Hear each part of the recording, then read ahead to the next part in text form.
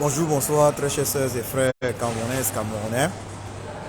Nous allons d'abord là faire une minute de silence pour notre frère Martinez Zogo, lâchement, froidement assassiné par les créatures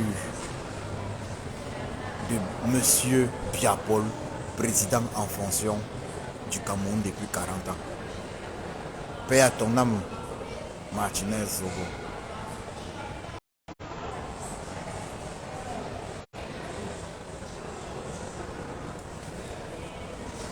Ouais, c'est une véritable tragédie. Martinez Zogo et Djoko, moi Djoko Christian, Martinez Zogo et moi n'étions pas du même bord politique. Nous n'étions pas du même bord politique. Mais Martinez Zogo était un frère camerounais. Martinez Zogo était un être humain. Martinez Zogo ne méritait pas d'être assassiné comme tout être humain. Martinez Zogo ne méritait pas d'être assassiné comme tout être humain. Martinez Zogo ne méritait pas d'être assassiné comme Samuel Ouazizi. Martinez Zogo ne méritait pas d'être assassiné tout comme Samuel Ouazizi. Martinez Zogo ne méritait pas d'être assassiné tout comme Bibi Ngota. Martinez Zogo ne méritait pas d'être assassiné tout comme les 9 disparus de Bipanda. Tout comme les 9 disparus de Bipanda, la liste est longue. Je ne peux citer tout le monde. Martinez Zogo a été victime d'une atroce injustice. Et ça, chaque être humain se doit de dénoncer. Je pense que à un moment donné, indépendamment de nos bords politiques, indépendamment même de nos religions respectives, nos obédiences religieuses, on doit se poser la question de savoir c'est quoi la justice. Est-ce que nous contribuons à l'avènement de la justice pour tous dans notre pays, le Cameroun? C'est la question que chacun devrait se poser. On ne peut pas tuer des gens comme ça, juste parce que, à un moment donné, on ne partage pas les mêmes points de vue. Mais il faut que tous ceux qui soutiennent le régime bien le comprennent aujourd'hui. Moi, en tout cas, Djoko Christian, nous, la résistance camerounaise, nous nous battons pour une justice pour tous au Cameroun. La justice ne doit pas être la justice de ceux qui sont plus forts. La justice n'est pas une affaire de ceux qui sont plus riches, plus puissants. Nous ne sommes pas dans une jungle au Cameroun. Le Cameroun n'est pas une jungle où la loi du plus fort est toujours la meilleure. Nous nous battons pour la justice pour tous. Nous nous battons pour la justice pour tous. Et c'est la raison pour laquelle d'ailleurs toute la résistance camerounaise dénonce le meurtre de Martinez Zogo. Même si on ne partageait pas tout, nous n'avions pas le même bord politique. Nous ne partageons pas ses points de vue. Lui, Martinez Zogo était un biaïste. Mais pour nous, pour moi, Djoko Christian, pour nous les résistants, nous les pro-Camto, on sait que la situation actuelle du Cameroun est due au bilan chaotique. Le bilan chaotique de M. Biapol, président en fonction du Cameroun depuis 1982. Tout ce qui se passe au Cameroun, c'est le laxisme de M. Bia. Vous pensez qu'on aurait tué Martinez Zogo? Est-ce qu'on aurait tué Martinez Zogo Si M. Biapol, président en fonction du Cameroun depuis 1982, sanctionnait ceux qui détournent les fonds publics n'importe comment, il y a un laisser-aller. Il y a eu les 9 disparus de Bipanda. Jusqu'à aujourd'hui, personne n'a été sanctionné. Il y a eu le cas de Samuel Ouazizi. Monsieur Biapol, le président en fonction du Cameroun, a choisi de faire la guerre d'ailleurs contre les Camerounais anglophones du nord-ouest et du sud-ouest, au lieu de dialoguer.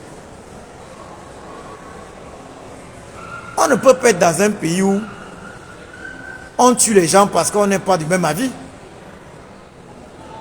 Lorsqu'on a le pouvoir dans un pays, cela n'implique pas qu'on doit détruire tous ceux qui ne pensent pas comme nous. Celui qui a le pouvoir doit être conciliant. Voilà la qualité de celui qui a le pouvoir. Celui qui a le pouvoir doit être conciliant. Le pouvoir n'est pas fait pour être utilisé contre le peuple. Le pouvoir est fait pour être utilisé pour le peuple. Parce qu'il faut qu'on soit très clair. Et c'est ce que M. Bia, président du Cameroun depuis 1982, n'a jamais fait. Le pouvoir est fait pour être utilisé pour le peuple et non contre le peuple. Martinez Zogo, père son âme, a tout fait afin que la gendarmerie de M. Bia puisse le soutenir. Mais non. Si Martinez Zogo avait crié « Camto président », les gendarmes devaient être sortis. Mais non, il n'a pas crié Camto président, les gendarmes n'avaient aucune raison de sortir. Je dis bien, si Martinez Zogo avait crié Camto président, les gendarmes devaient être sortis. Aujourd'hui, je pense que les uns et les autres voient que la résidence camerounaise, d'ailleurs vu le président élu du Cameroun, c'est le président élu du Cameroun en dehors de toute fraude électorale lors de l'élection présidentielle d'octobre 2018, par Camto Maurice alias Sage, il a dénoncé clairement cet assassinat lâche de Martinez Zogo, paix à son âme, paix à l'âme de Martinez Zogo. Toute la résistance camerounaise dénonce cet assassinat. On peut avoir des points de vue divergents. On peut avoir des points de vue divergents. Mais c'est un combat d'idées. C'est de ça qu'il s'agit. C'est de ça qu'il s'agit. Mais ceux qui dirigent le Cameroun depuis 40 ans ne sont pas en train de comprendre, refusent de comprendre. J'ai décidé dans cette vidéo de m'adresser à Patrick Mbala. J'ai décidé de m'adresser à Patrick Mbala, moi, Djoko Christian. J'ai décidé de m'adresser à Patrick Mbala. Je m'adresse à Patrick Mbala parce que j'ai vu déjà le prof Franklin Nyamsi parler de lui dans une vidéo. Ce qui m'a intéressé. Parce qu'il faut que je le dise clairement. Je n'étais plus connecté au compte de Patrick Mbala depuis très longtemps. Depuis que j'avais su qu'il était un RDPciste fou. Je n'étais plus connecté à son compte. Parce que Patrick Mbala, c'est quelqu'un que moi, j'ai aimé à une époque. Patrick Mbala, c'est quelqu'un dont j'ai partagé les publications à l'époque où Boko Haram avait commencé à frapper le Cameroun. Moi, je voyais les publications de Patrick Mbala, je les partageais. Je partageais les publications de Patrick Mbala. Puisque Patrick Mbala parlait du fait que Boko Haram devait être vaincu par l'armée camerounaise, justement le BI. Le BI que je soutenais à l'époque. Parce que quand Boko Haram arrive, le BI a été soutenu par tous les Camerounais, moi y compris. À l'époque, j'avais même créé un groupe Facebook. Un groupe Facebook pour le BI. Pour la victoire de l'armée camerounaise face à Boko Haram. Patrick Mbala faisait des publications dans ce sens-là. C'était bien pour le Cameroun et pour l'Afrique. Mais quelle ne fut ma surprise de voir Patrick Mbala soutenir en 2018 un régime dont on est tous conscients qu'il a échoué. Parce que Patrick Mbala, concrètement, ne peut pas nous dire que sur le plan de la santé, le régime Biya qu'il soutient a réussi pour les Camerounais. Puisque M. Biya Paul, président de fait du Cameroun depuis 1982, président en front du Cameroun, va se soigner en Europe. Ça veut dire qu'il a pris le pouvoir depuis 1982, ça fait 40 ans. Il a 89 ans. Il a eu le temps de former plusieurs générations de médecins et médecins spécialistes. Mais jusqu'aujourd'hui, M. Biya Paul va se soigner en Europe. Et quand il revient au Cameroun, les Camerounais l'applaudissent. Entre-temps, les Camerounais ne peuvent même pas se soigner au Cameroun. Au niveau des routes, M. Patrick Mbala peut reconnaître également clairement qu'au niveau des routes, il y a un énorme problème d'infrastructure routière au Cameroun. Dans le sud, à l'est et même dans le centre. Partout au Cameroun, dans le Grand Nord, partout. Et sans les routes, le développement d'un pays n'est pas possible. Au niveau de l'énergie, M. Patrick Mbala peut reconnaître qu'il y a un problème énorme énergétique au Cameroun. Or, M. Biya Paul est président de la République depuis 40 ans. On a un problème énorme d'énergie.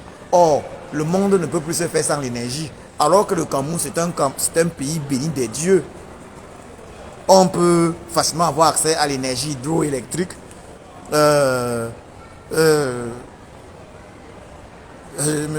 Voilà, on peut facilement avoir accès. Donc c'est l'hydro.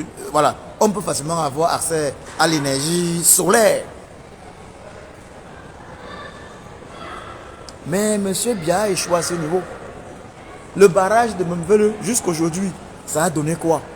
Ça veut dire même au niveau de l'énergie, c'est problématique. Les coupures d'électricité font partie du quotidien du Cameroun.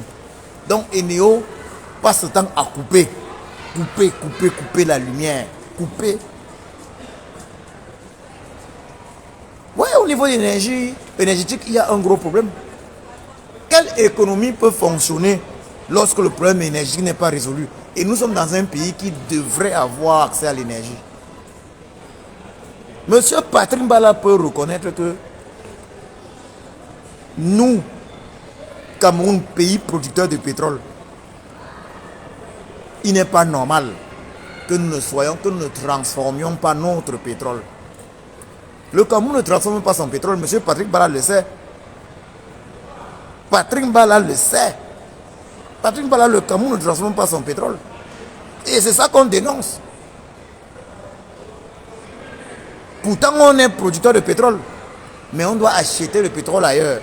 Ça veut dire, on prend un pétrole, on ne sait même pas, les gars viennent tirer le pétrole, on ne sait même pas quelle quantité, ils s'en vont avec. Et nous, on achète le pétrole à côté après. Non, est-ce que Patrick Mbala peut nous dire que c'est une gestion normale? 40 ans. Monsieur Biya Paul, président de fait du Cameroun depuis 40 ans, a eu tout le temps pour arranger ça. Est-ce que c'est normal? Ok, laissons le problème de l'énergie. Passons au problème de l'eau potable. Patrick Mbala, monsieur Patrick Mbala est conscient du fait que l'eau potable n'est pas une affaire de tout le monde au Cameroun. Moi j'ai été surpris que même dans le centre du Cameroun, pas très loin de Yaoundé, il y a des zones pas très loin de Yaoundé où l'eau potable c'est un luxe. Je ne veux même pas parler du nord du Cameroun, l'extrême nord. Donc l'eau potable qui est le minimum, c'est un luxe pour les Camerounais. Donc au niveau de l'énergie, zéro. L'eau potable, zéro. Les routes, zéro. Les hôpitaux, zéro. Monsieur Patrick Mbala, comment est-ce qu'on peut faire pour dire que le bilan de Biya Paul est positif? Bon, maintenant, laissons ça. Parce qu'au moins, pour vivre dans un pays et respirer, il faut qu'on sente qu'il y a au moins la justice.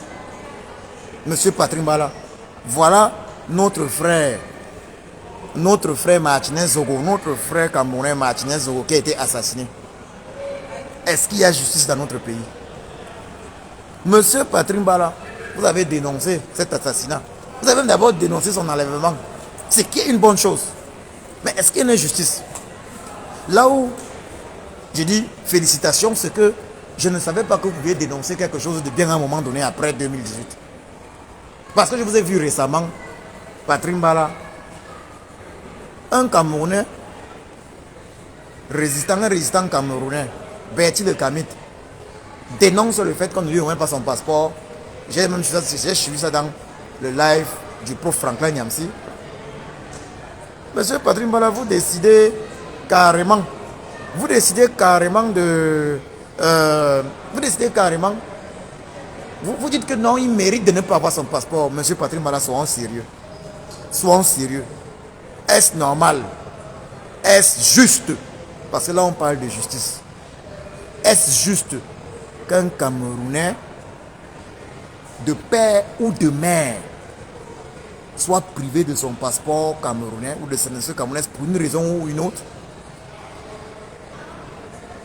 J'ai cette question à poser. Monsieur Patrick Mbala, je vous pose cette question. Est-ce juste qu'un Camerounais de père ou de mère